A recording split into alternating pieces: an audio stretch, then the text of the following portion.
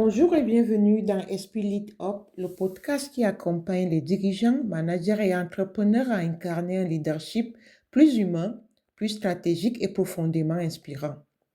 Aujourd'hui, nous allons explorer un thème essentiel, l'inspiration que doit susciter le leader.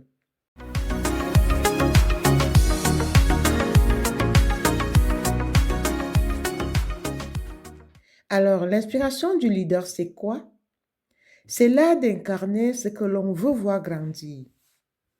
Car un leader n'inspire pas seulement par ses paroles, mais par tout ce qu'il est.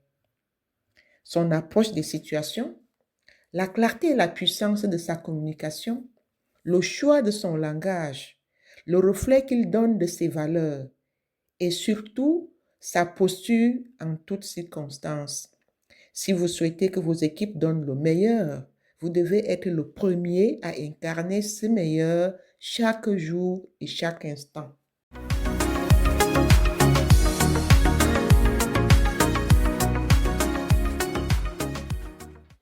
Alors, l'approche, c'est l'intention avant l'action.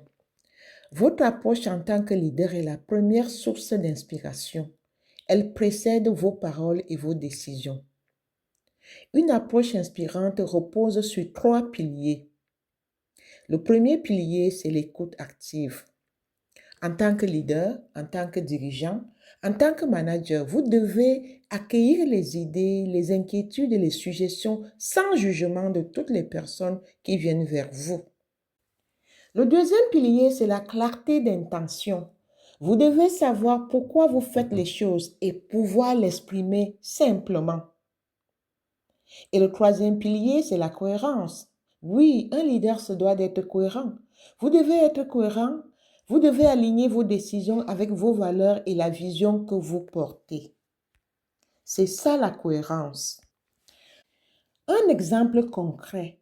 Quand vous ouvrez une réunion en rappelant la vision commune et en posant une question engageante, vous créez une atmosphère où chacun se sent partie prenante. Vous constaterez que l'équipe va être dans une émulation. Toute l'équipe est à l'aise pour proposer, pour en parler, parce qu'ils se sentent impliqués. Donc, valorisés. Alors, vous créez une communication dans une circonstance tout à fait banale. Donc, la communication, c'est le ton qui crée l'élan.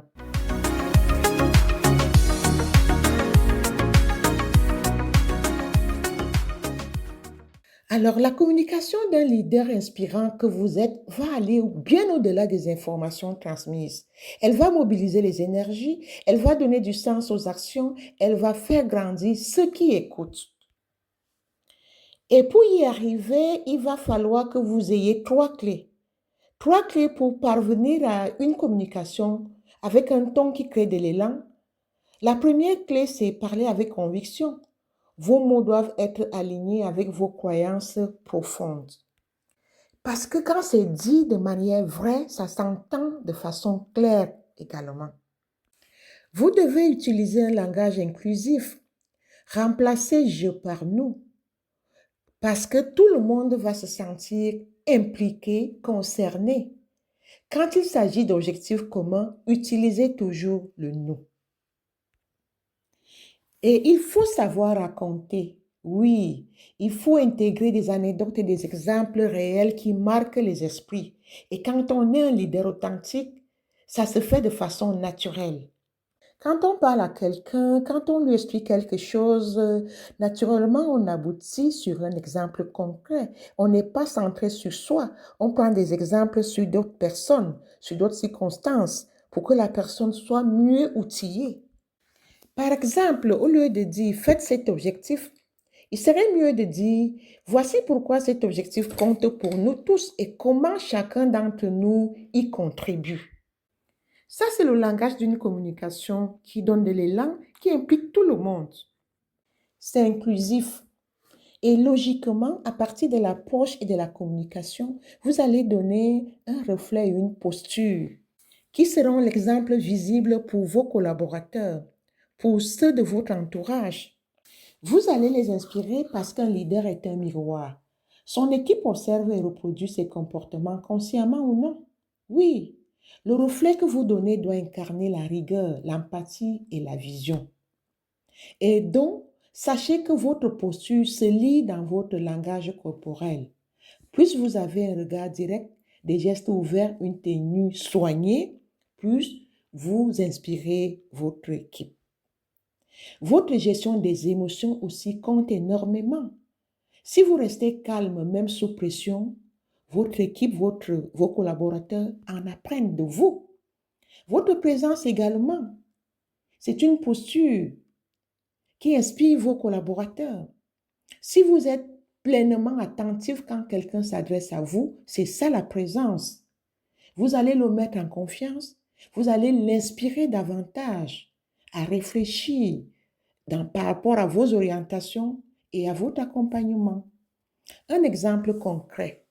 Lors d'une crise, par exemple, dans une entreprise, un leader qui reste posé et orienté solution transmet automatiquement un sentiment de sécurité à son équipe. Et dans cette entreprise-là, les collaborateurs seront toujours enclins à chercher des solutions, à trouver des solutions. Ils ne vont jamais paniquer, quelles que soient les circonstances.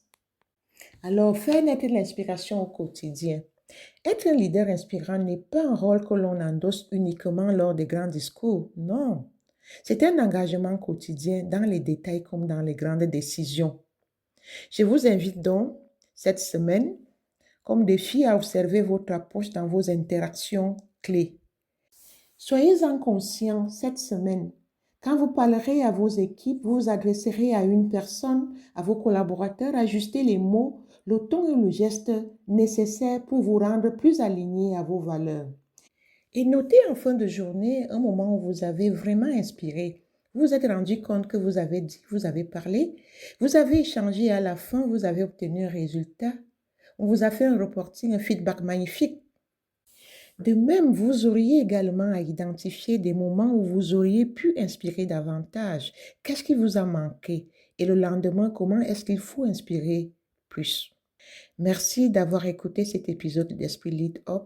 Souvenez-vous, on n'inspire pas par hasard, on inspire par choix, par constance et par authenticité. Nous vous rappelons que Mahadeli Cabinet Conseil par Esprit Lead Up vous accompagne dans tous vos besoins managériaux, ressources humaines, développement organisationnel. Nous disposons des outils RH qui sont faits sur mesure, à la carte selon vos besoins. N'hésitez pas de nous contacter. Si cet épisode vous a apporté des clés, partagez-le avec un dirigeant qui a à cœur de grandir et de faire grandir d'autres personnes autour de lui. À très bientôt pour un nouvel épisode d'Esprit Lead Up.